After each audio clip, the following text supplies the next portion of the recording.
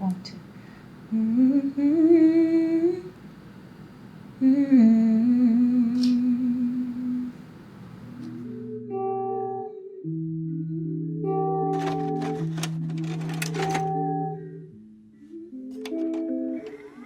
So, Mis Recuerdos was actually written in Norway and it was winter. So, it was around November. It was very cold and very dark.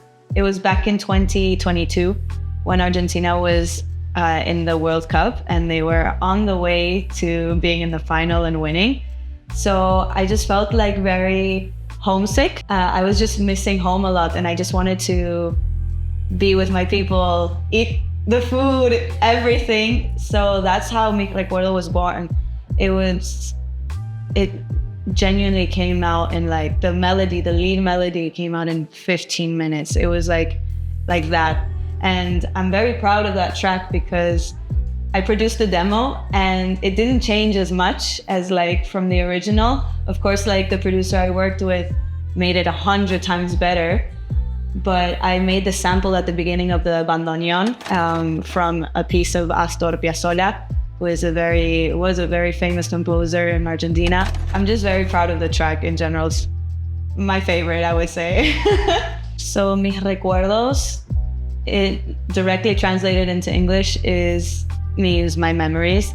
So just, I was just navigating the difficulties of being an immigrant, especially in a country like Norway, where even though we're still in the Western world, it is a very different culture, right? And so then I was just very fixated on like the past and maybe what I realized about my country and what things I missed, maybe all other things that I criticized, of course, of my country, because that's what traveling does. It just opens up your mind and you just learn about a bunch of different things from different cultures. Yeah, and Mis Recuerdos was mainly written because of that deep nostalgia. I was feeling homesick.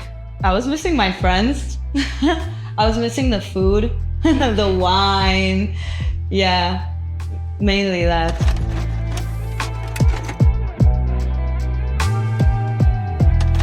I really hope people can connect with that bittersweetness of, but also appreciate it, and like I think nostalgia is a really nice feeling.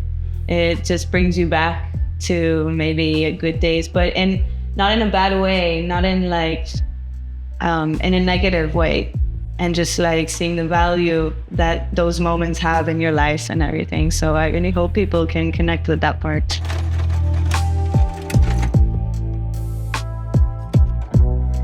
So I'm bilingual, both are my main languages. Spanish correlates directly to my family, right? My authentic, deep personality is in Spanish. When I speak Spanish, you can really tell like, oh, you know what I mean? Like, oh, this is Eybi, this is Antonella. But in English, of course, it's also my language. It's also part of me. It represents the island I was born in.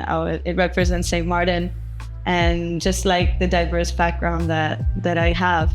Spanish, I feel like can be a bit more poetic.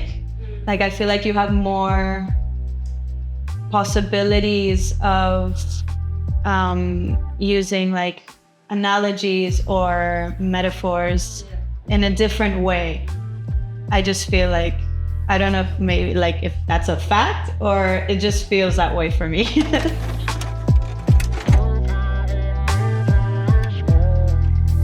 I started singing at around the age of 9 years old.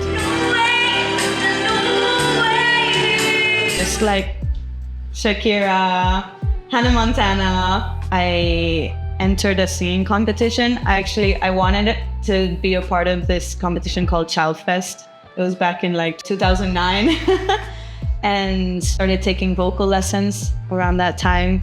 I started writing music at the age of 16. I had an opportunity to work with a producer and manager in Argentina, but he worked with very famous, legendary artists in Argentina. He was like, you have to start writing songs. And I'm like, oh, okay, let me start writing songs. So I just grabbed my guitar. And at the time I wrote my first song called Por tu amor, For Your Love.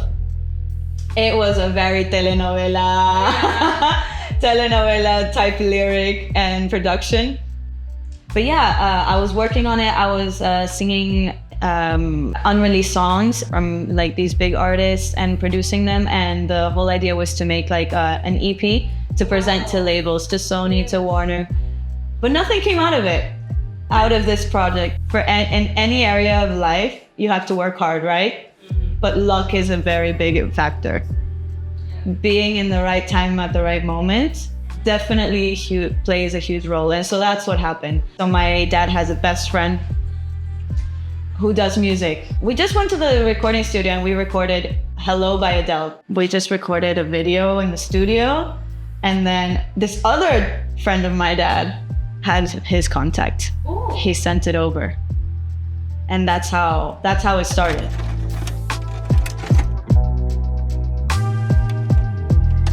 I don't know if it's a feeling that will ever go away, to be honest. I genuinely write from personal experience. Like I just can't. I just can't write about anything else. Even if it's maybe not personal to me, but maybe I take inspiration from something that someone else is going through. It's just like, just living inspires me in general, doing things and meeting people. You kind of get used to it, like sharing your personal side, but then at the same time you're scared. Like for example, the song I have, Como Ayer, literally talks about like having a panic attack. I guess you just navigate through it. I feel like very happy to show my friends and family a song, but in general I feel like super happy because I'm just like, I finished the song, I fully produced it, so like listen. But then as long as I like it, some artists will maybe get conditioned or like take a step back, which has happened to me. But then I'm just like, I'm doing it for me. Like maybe my fan won't be my parents. They'll be a random stranger around the corner, you know? So it's just like, just taking it that way. You know, friends and family might not be your fans, right? So I mainly write music for myself. I feel like I can be a channel and also for connecting with others, like meeting people. Music has made, like, I've met so many great people through music, probably the best people through that, just because music connects. There's like literally no barrier. Like, I don't care where you're from, we're vibing. I mainly make music for myself and for others to connect.